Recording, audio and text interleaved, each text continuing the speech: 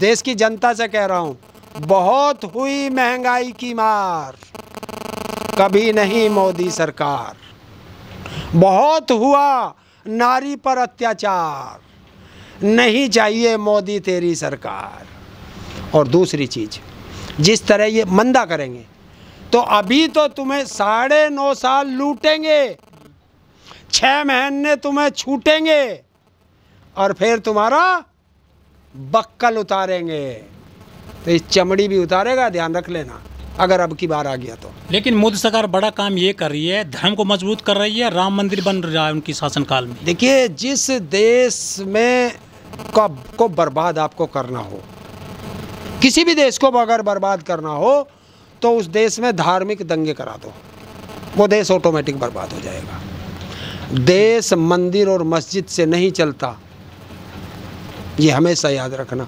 मंदिर हो, मस्जिद हो, गुरुद्वारा हो, चर्च हो, इसको बनाने का काम सरकार का नहीं होता, इसको बनाने का काम वहाँ की कम्युनिटी का होता है।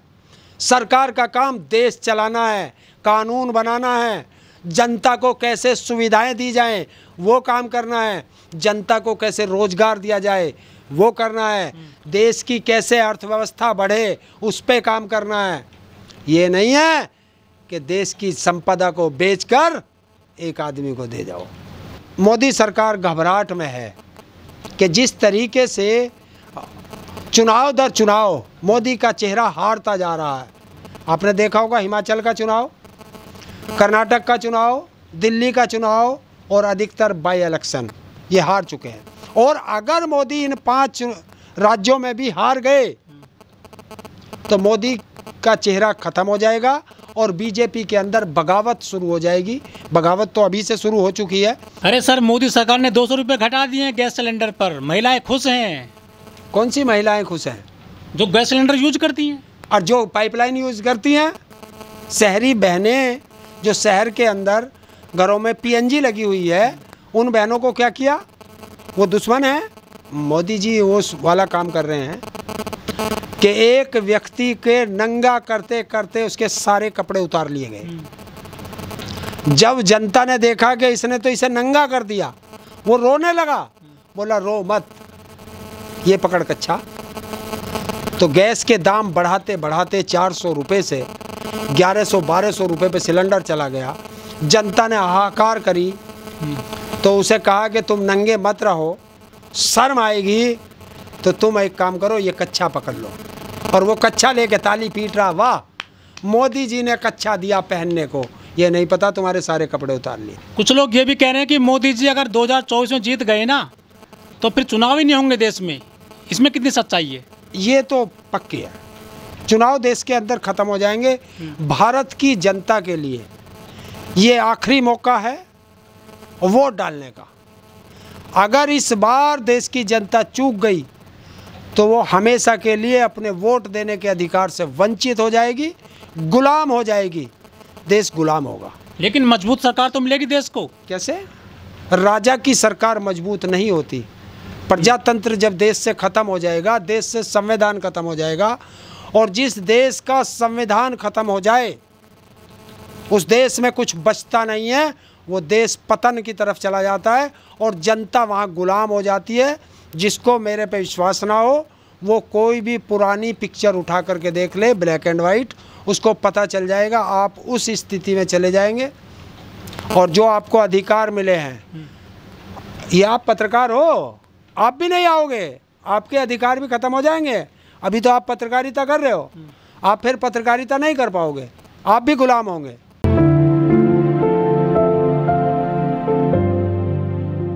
नमस्कार, मैं ओमदेव। आज हम हैं गाजियाबाद में, हमारे साथ हैं हरिंदर ताऊ जी। वन नेशन और वन इलेक्शन होगा देश में, जो चुनाव होगा एक बार होगा पूरे देश में, चाहे विधानसभा हो चाहे लोकसभा हो।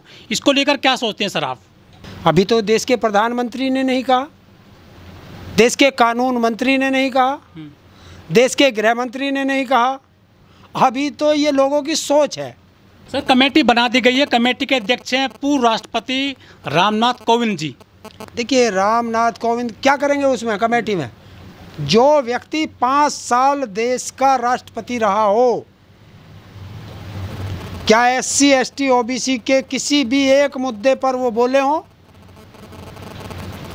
या उन्होंने कोई सरकार जब कोई कानून या विधेयक लाई हो, सरकार को एक बार भी वापस भेजा हो? तो जो व्यक्ति अपने अधिकारों को नहीं जानता वो तुम्हारे अधिकारों को क्या पहचानेंगे? वन नेशन वन इलेक्शन कितना कारगर रहेगा, क्या लगता है आपको? भारत के अंदर ये सक्सेसफुल नहीं है, क्योंकि पहले भी इस पे प्रयोग हो चुके हैं, पहले भी हुए हैं, कई बार इलेक्शन हुए हैं, लेकिन वो सब फेल हुए हैं। क्यों? कि उसको फेल करने वाले भी यही राजनेता रहते हैं।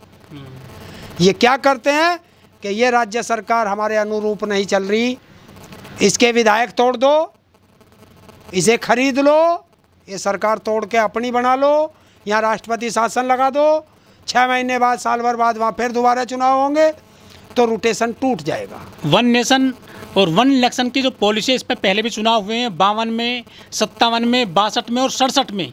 तो इसमें दिक्कत क्या है यदि एक बार हो जाए पूरे देश में चुनाव, सभी राज्यों में, पूरे देश में? देखिए, कराओ, बिल्कुल कराओ, कोई दिक्कत नहीं है, लेकिन इसके साथ एक कानून साथ में बना दो कि कोई भी विधायक अगर चुनने के बाद इस्तीफा देगा या अपनी पार्टी बदलेगा तो उस विधायक के चुनाव क्षेत्र का खर्चा उस विधायक से लिया जाएगा और 10 साल तक उस पर बैन रहेगा, ना वो किसी पद पे रह सकता है और ना कोई चुनाव लड़ सकता है। करो तो ये थोड़ा बहुत कारगर हो सकता है, वरना नहीं होगा। फिर यही करेंगे नेता कि इधर से तोड़ो, और कोई कहेगा कि ये ऑपरेशन लोटस चला दिया और कोई कुछ चला दिया, तो ये चलेंगे। लेकिन मोदी जी कहते हैं कि हम तो लोकतंत्र को मजबूत कर रहे हैं देश में, दुनिया में। देखिए, अगर लोकतंत्र मजबूत होता तो देश का प्रधानमंत्री 4 महीने से ज़्यादा हो गए मणिपुर पे, आज तक बोला क्या? बेटियों से मिला क्या? ये क्या है? क्या वो इस देश की बेटी नहीं है? वो देश की नारी नहीं है? वोट चाहिए तो ये देश की बेटियां उसकी बहन हो जाती हैं, और जब वोट खत्म हो जाती हैं तो ये बेटियां क्या हो जाती हैं? यदि एक बार चुनाव होंगे पूरे देश में तो हजारों करोड़ रुपए बचेगा सरकार का, सर, वो विकास में लग सकता है। एक साथ चुनाव होने से देश का पैसा तो बचता है, लेकिन वो पैसा आज तक गया कहाँ? देश की जनता इतना टैक्स देती है, देश की जनता को तुम लूटते हो और सारी देश की संपदा बेचते हो, विदेशों से कर्ज लेते हो। बताओ तुमने किया क्या उस पैसे का? देश को अगर ये श्वेत पत्र लाए ना संसद में, जो आरोप लग रहे हैं देश के प्रधानमंत्री पर, JPC बनाए ना। देखिए, आप अगर ईमानदार हैं तो आप जांच से क्यों भाग रहे हैं? और अगर आप जांच से भाग रहे हैं तो आप बेईमान हैं, आप देश की लूट में भागीदार हैं, ये साबित होता है। वो तो ईमानदार सरकार है पूरे देश में। देखिए, मैं क्या कह रहा हूँ, ईमानदार हैं तो जांच से क्यों भाग रहे हो? जांच होने में कौन सी आफत है? क्या जा रहा है तुम्हारा जांच होने में? और अगर वो गलत है, विदेशी एजेंसियों ने बरगला दिया, तो आप उसे बताओ ना। जो इसने क्या बोलते हैं, ईडी ने 2014 में एक रिपोर्ट दी थी सेबी को, और उसमें साफ लिखा था कि इतने 1000 करोड़ रुपए का घोटाला है। उसके सबूत के साथ उन्होंने CD दी थी और 3 साल वो जांच चली, और 2017 में मोदी ने उसे रेड कारपेट के नीचे दबा के और उस पर क्लीन चिट दे दी, क्योंकि वो इसके परम मित्र अडानी की रिपोर्ट थी। लेकिन वो एक गुजरात लॉबी के खिलाफ पूरा बवंडर मचेगा इसके अंदर से, तो उससे मोदी बचने के लिए, और क्योंकि राज्य के चुनाव जो होते हैं वो स्थानीय मुद्दों पर चुनाव होते हैं, और जब केंद्र का चुनाव होता है तो वो राष्ट्रीय मुद्दों पर होता है, और स्थानीय मुद्दों पर आप मध्य प्रदेश की सरकार हो, उस पर आप बिल्कुल फेल हैं। तो इन चीज़ों से बचने के लिए कि स्थानीय मुद्दे ना हो और केंद्रीय मुद्दों पर चुनाव हो, तो इसलिए ये चुनाव भी जल्दी करा सकते हैं। कुछ लोग ये कह रहे हैं कि जैसे चुनाव नज़दीक आएगा ना, पेट्रोल भी सस्ता होगा, CNG भी सस्ती होगी। देखिए, बिल्कुल होगा, पेट्रोल भी सस्ता होगा, CNG भी सस्ती होगी, गैस भी और सस्ती होगी, और भी कुछ सुविधाएं मिलेंगी। नौकरी मिलेगी ना, वो नहीं मिलेगी, वो नहीं मिलेगी। काला धन नहीं आएगा। अभी तो ये एक काम और करेंगे, देख लेना। अगर किसानों ने आंदोलन शुरू कर दिया एमएसपी पे, तो फिर किसानों को एक लॉलीपॉप देंगे। मैं आज खुलासा कर रहा हूं कि उस आंदोलन में कुछ इनके अपने सरकारी एजेंडे वाले भी आ जाएंगे और वहां इन्हें आश्वासन दिया जाएगा कि मेरी सरकार बनते के साथ ही मैं तुम्हें एमएसपी दे दूंगा। ये लॉलीपॉप देगा।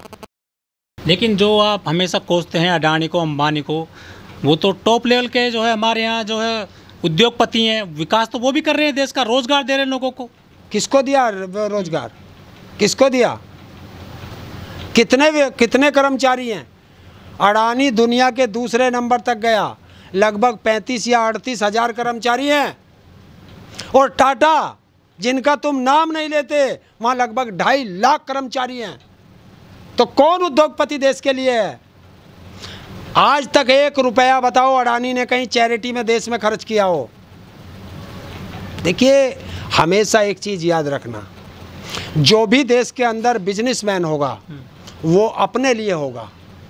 बिजनेसमैन कभी देश के लिए नहीं सोच सकता, बिजनेसमैन अपने फ़ायदे के लिए सोचेगा।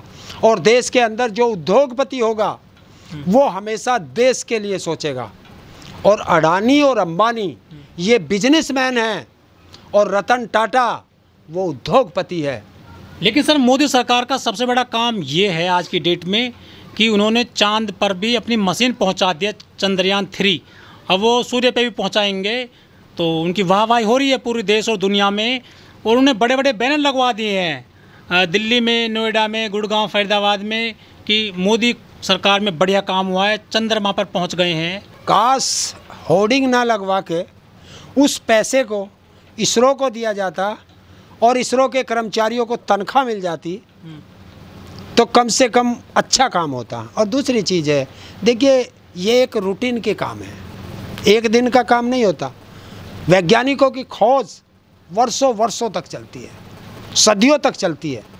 और ये लगभग 62-67 में के करीब जब देश के प्रधानमंत्री पंडित जवाहरलाल नेहरू थे, वो इसरो की स्थापना करके गए थे। अगर उस समय पंडित नेहरू भी मंदिर मस्जिद बनाने में लग जाते, तो आज मोदी जी, जिसे आप कह रहे हो कि मोदी ने भेज दिया, तो मेरे ये वैज्ञानिक होते क्या ये वहाँ भेज दे? तो ये सब कहने की बात है। अरे सर, चंद्रमा को शिव शक्ति पॉइंट घोषित कर दिया मोदी सरकार ने। चक्रपाणी कह रहे हैं कि उसको हिंदू राष्ट्र घोषित कर दीजिए आप, चंद्रमा को भी। वो धरती से लेकर आसमान तक हिंदू राष्ट्र बना रहे हैं। किससे कह रहे हैं चक्रपाणी? किससे कह रहे हैं? सरकार से कह रहे हैं वो। तो सरकार से कहो ना, क्यों कह रहे हो? तुम तो सरकार के फेवर वाले व्यक्ति हो, हैं? मोदी के भक्त हो, तो फिर कहने की क्या जरूरत है? अबे मेरा बाप दरोगा है, तो कानून में बदलाव तो मेरा बाप कर देगा, मैं अपने बाप से करा दूंगा, फिर मैं आपसे क्यों कहूँगा? चक्रपाणी कह रहे हैं कि यदि कोई गजवाए हिंद घोषित कर सकता है, हमने नहीं किया, तो वहाँ घोषित उसको हिंदू राष्ट्र, चंद्रमा को। तो कर दो, क्योंकि इनके बाप की संपत्ति है, कुछ भी कह दो। जुबान है, बोलने की तमीज़ है कि वो भारत का है। अरे वहाँ देखो, वहाँ लोगों ने इंसान तक पहले उतार चुके हैं तुमसे पहले। ये भारत के वैज्ञानिकों का धन्यवाद करना चाहिए था इन लोगों को, सबको। और जितने भी उस इसरो में काम करते हैं या जिन का भी उसमें सहयोग है, उन सब का धन्यवाद करना चाहिए कि उन्होंने विपरीत परिस्थिति में रहते हुए तनख्वाह ना मिल करके, क्योंकि अखबारों में छप रहा है कि वो अपने पीएफ का पैसा निकाल रहे हैं, कोई रिश्तेदारों से पैसा मांग के अपना घर चला रहा है, कोई दोस्तों से पैसा मांग के घर चला रहा है, लेकिन उन्होंने चंद्रयान 3 का काम में डिले नहीं किया, समय से पहले उसे पूरा करके दिया। तो धन्य है ऐसे लोग। अरे सर, लोगों ने यज्ञ करें जब पहुंचा चंद्रयान 3 चंद्रमा पर। यज्ञ करें, घी फूका है लोगों ने। किसने? जमीन पर रह करके। इसे ही तो अंधविश्वास कहते हैं। चंद्रयान 2 पे भी फूका था जब क्या नहीं हुआ, उसे पनौती कहते हैं। शुक्र है भारत का प्रधानमंत्री देश में नहीं था, नहीं तो चंद्रयान 2 की तरह ये भी फेल हो जाता, पनौती लग जाती।